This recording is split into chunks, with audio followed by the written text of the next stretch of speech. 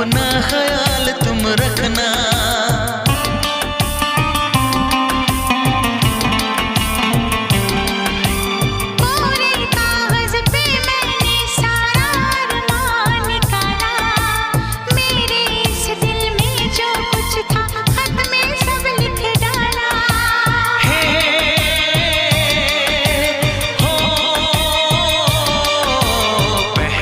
पहली बार शरारत की है,